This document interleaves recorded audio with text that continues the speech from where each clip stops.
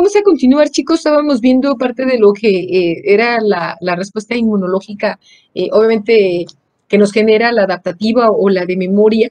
Y una de las partes que nosotros estábamos revisando con algunas de estas células era cómo, obviamente, primero se activaban, se diferenciaban y obviamente maduraban y obviamente podían adquirir algunas de estas características tan particulares que hemos ido mencionando. Algunas de las cosas, precisamente cuando hacemos nosotros también esta adaptativa, pues eso hay una parte primaria en donde primero hacemos reconocimiento de los patógenos o de las sustancias, obviamente, que nosotros en algún momento dado tenemos ahí como propias a nuestro sistema y obviamente hay que reconocerlas. ¿Son realmente nuestras? ¿Están participando con nosotros? O obviamente nos están robando espacio, porque además algunas de esas cosas pues pueden robarnos espacio los confines de nuestras células. Acuérdense, chicos, que mencionamos a células B y a células T. Estas inicialmente están obviamente disponibles, la médula las produce y lo que hace es egresarlas a diferentes espacios en donde vamos a tratar de madurarlas a través de las sustancias que hemos ido obviamente revisando. Nosotros, a través de estas activaciones, acuérdense que la vimos como se activa, prolifera y después además se diferencia.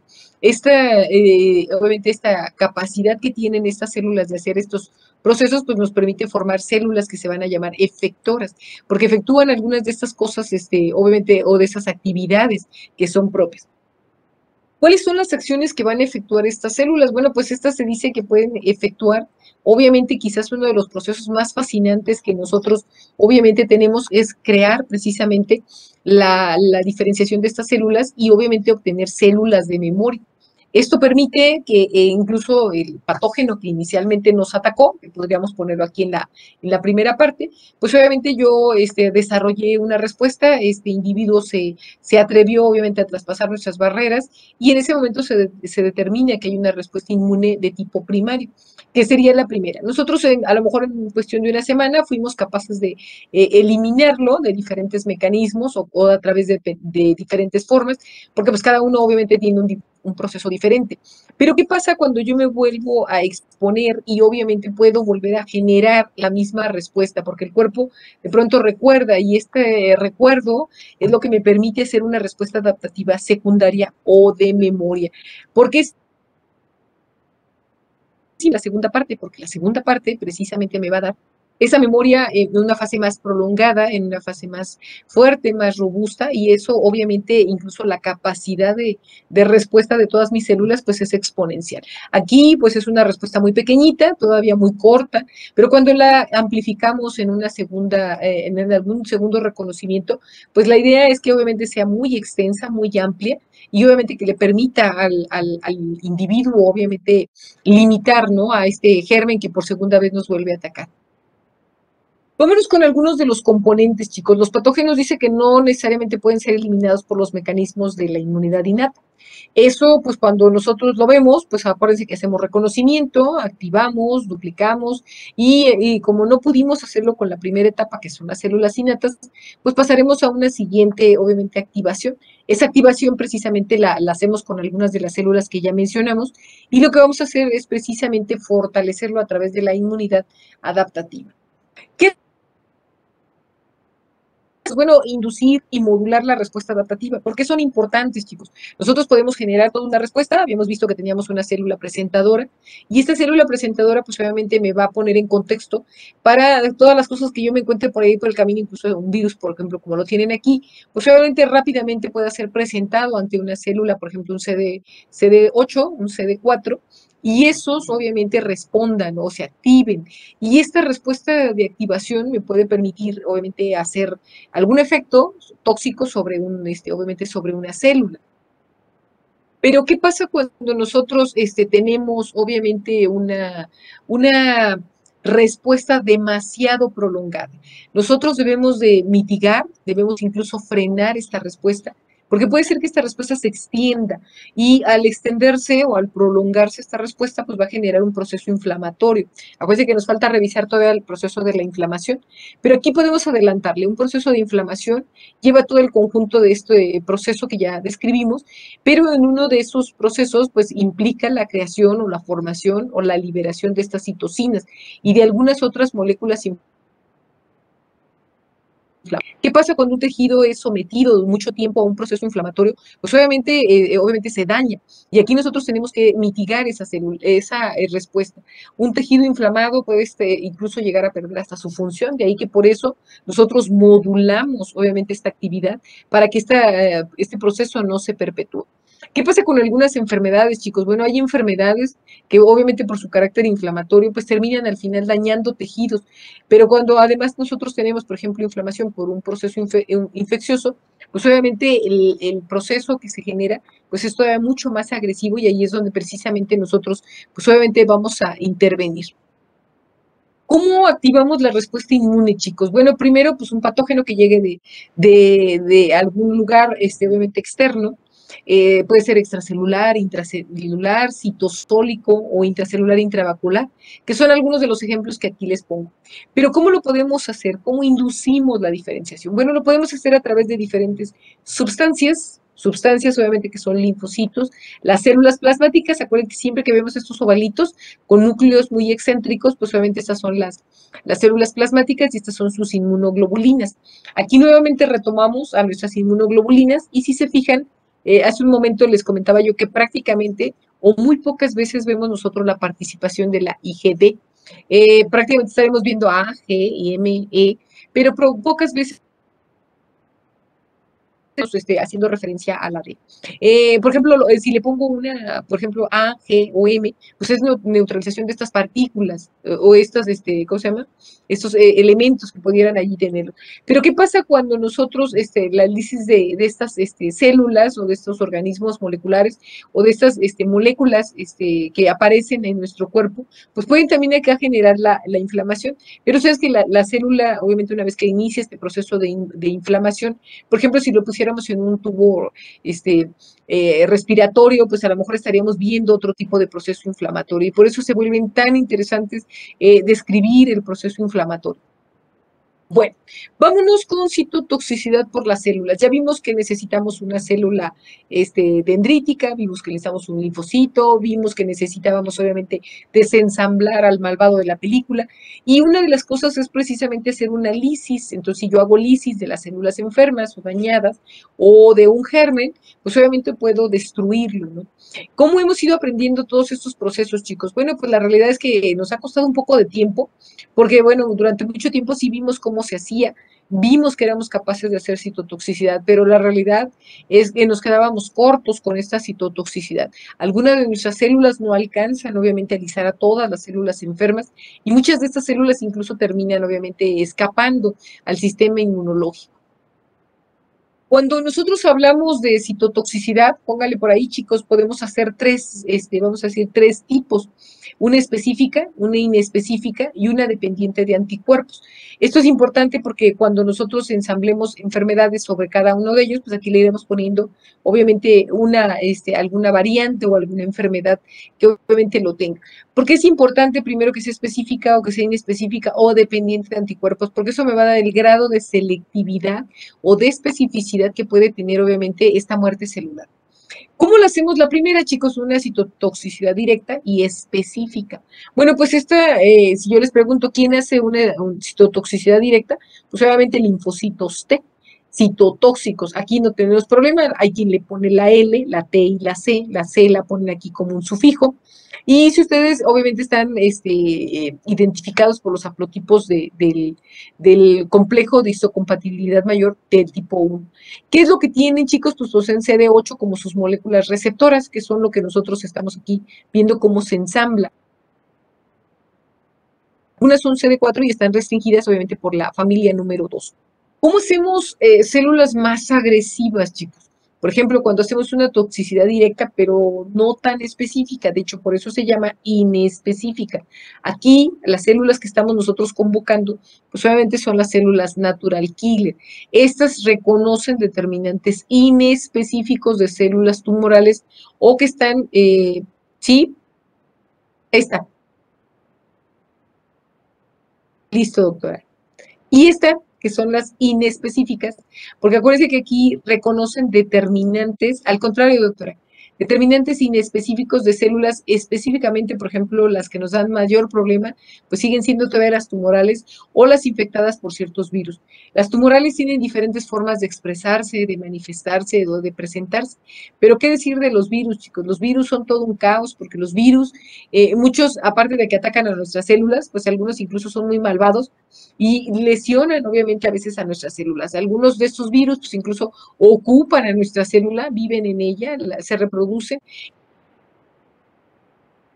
Es útil, pues obviamente simplemente terminan obviamente destruyendo. No se les olvide, chicos, nosotros tenemos siempre nuestra célula blanco y acuérdense que tenemos a los mielocitos, un neutrófilo, eosinófilo y obviamente nuestro macrófago, aquí falta un basófilo, pero nosotros tenemos, obviamente todos estos son de la línea mieloide y de la línea linfoide, pues obviamente son linfocitos natural killer, por eso este es linfoide y todos estos tres, pues obviamente son obviamente de la línea mieloide. ¿Qué hacemos para reconocer anticuerpos, chicos? Bueno, pues nosotros cuando encontramos un parásito, ustedes saben que IgE está muy correlacionada con la identificación y la presencia de estos parásitos, pues obviamente los señalizamos, ¿no? Obviamente estas inmunoglobulinas rápidamente llegarán, obviamente se adosarán sobre nuestro parásito y les permitirá que, por ejemplo,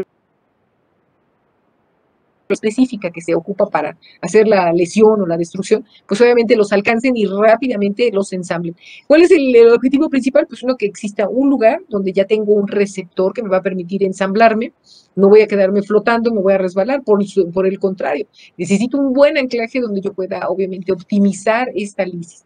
Una vez que hacemos nosotros la lisis, pues si ustedes se fijan, nosotros podemos generar boquetes, así como estos bellos y hermosos eosinofilillos, que pues obviamente hacen destrucción, hacen huecos realmente, literalmente obviamente al germen o al patógeno, ¿no? Este obviamente es un parásito, entonces pues si era una lombriz, pues esto es lo que queda de ella, ¿no? Y obviamente podemos generar pues esta respuesta tan agresiva. La citotoxicidad directa, chicos, está mediada por linfocitos. Este es importante, chicos, porque muchos de estos son los linfocitos T, citotóxicos, pero están en reposo. Hace un momento los vimos y estaban en una fase G0. Dice que el 90% de estos que se encuentran ahí, que pueden generar citolisis, pues obviamente corresponden al 90% en CD8. ¿Son capaces de reconocer a la mayoría de las células nucleadas? Sí. Y el 10% restante, pues son estas células T, que son obviamente fenotípicamente CD4. Quiere decir que si yo le tomo una muestra de laboratorio y le digo a mi laboratorista clínico que me determine CD4, CD8, pues voy a estar esperando que obviamente estas proporciones obviamente se mantengan. Es importante, chicos, porque cuando me dan el resultado, por ejemplo, que yo lo pedí para una patología o para cuantificarlos a estos, pues debo saber quiénes son los, pues la cantidad, ¿no?, de cada uno de ellos. Los linfocitos líticos, porque acuérdense que son linfocitos T, líticos. Estos actúan en dos fases, una fase que efectúa la destrucción propiamente de la célula, obviamente que ya atrapamos, y puede ser a través de tres formas: golpe letal, disociación de esta célula que ya vimos, y la destrucción de la célula diana. Si ustedes se fijan, pues no está difícil efectuar esta fase, pues da golpe, disocia y destruye, ¿no? Ahí no hay mayor problema. Al revés, si yo les pongo, chicos, ¿qué hace un golpe letal, una disociación y una destrucción de célula diana? Pues eso corresponde a la fase efectora de un linfocito citolítico. O en su defecto, puedo ponerles estos tres elementos son condicionados por linfocitos, y le puedo poner a toda la familia de los linfocitos. Acuérdense, nosotros necesitamos hacer, si es un golpe letal, pues necesito hacer citolisis, ¿no? Que ahí pues no tenemos mucho problema. Citotoxicidad, chicos, activación y diferenciación de los linfocitos. ¿Por qué es importante clasificarlos? Porque a veces no los necesito a todos, chicos. Y lo que habíamos visto es que alguien tiene que llegar, regular y modular, porque si no, pues obviamente la señal se vuelve extensa, se vuelve profunda. Requerimos en realidad tres señalizaciones: la señal específica, obviamente para el arranque de la actividad; una señal coestimuladora que me permita obviamente perpetuar este proceso; y finalmente aquí empezamos ya a incorporar una sustancia, ¿no? Ya empezamos a estas interleucinas y obviamente las vamos a empezar a identificar en muchas de las diapositivas cada vez con mayor frecuencia o mayor participación. ¿Cómo hacemos citotoxicidad, chicos? Esto pues, durante muchos años pues fue importante ahorita pues ya ver una célula, ver todos los marcadores aquí, saber que ya están nuevamente todos identificados, pero solamente imagínense hace 40, 50 años donde todavía no sabíamos cómo era esto, pues imagínense la cantidad de cosas que se tuvo que hacer para identificar, pues qué tipo de sustancia es lo que está obviamente aquí, obviamente pegado. Bueno. Hay una señal específica que suministra la interacción del complejo de este receptor de la célula T, que puede ser CD3 o CD8, ¿sí? Con el complejo mayor de histocompatibilidad tipo 1. Dos, obviamente podemos hacerlo mediante una señal coestimuladora, precisamente con la célula, obviamente, que tenemos, IB7 y CD28. Estas sustancias, muchas son obviamente designadas por los investigadores. Aquí, obviamente, me interesa que se lleven las tres señales, una señal específica, una señal coestimuladora y una señalización en este momento por una interleucina y bueno, pues es la tipo 2. A 2, a 6, a 10 las vamos a ver en muchísimos lugares. Vamos a ver lisis, inflamación, fiebre, entonces a ellas las vamos a encontrar en muchas etapas. ¿Qué hacemos, chicos, con las células de memoria? Pero si no, yo me voy, no me...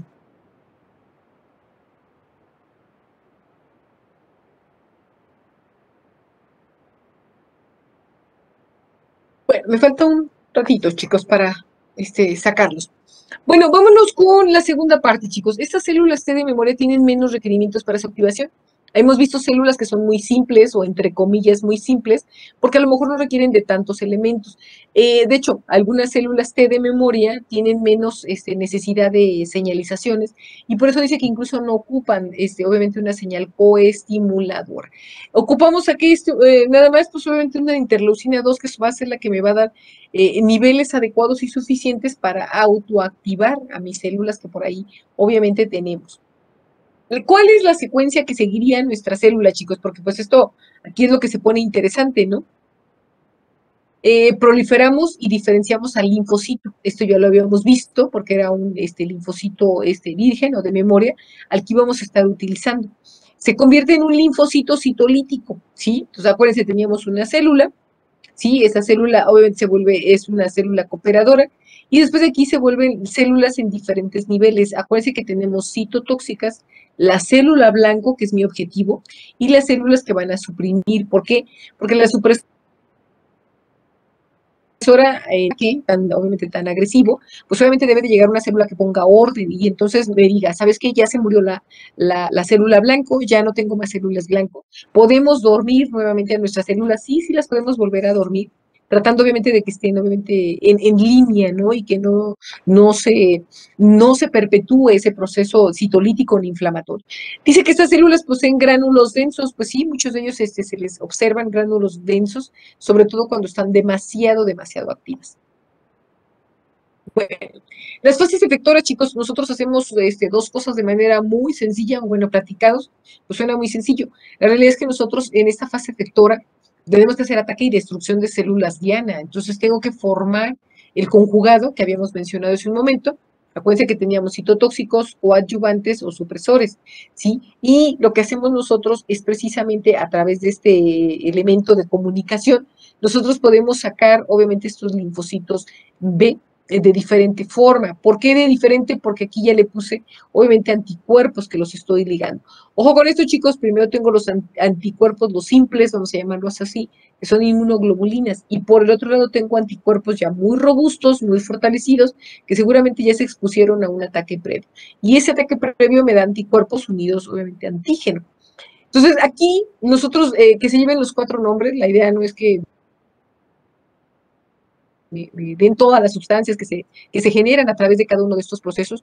Lo estaremos revisando a lo mejor con una patología más adelante y a lo mejor nos quedará un poquito más, aquí era donde quería llegar. A ver, chicos, hasta aquí, déjenme, voy a dejar de compartir.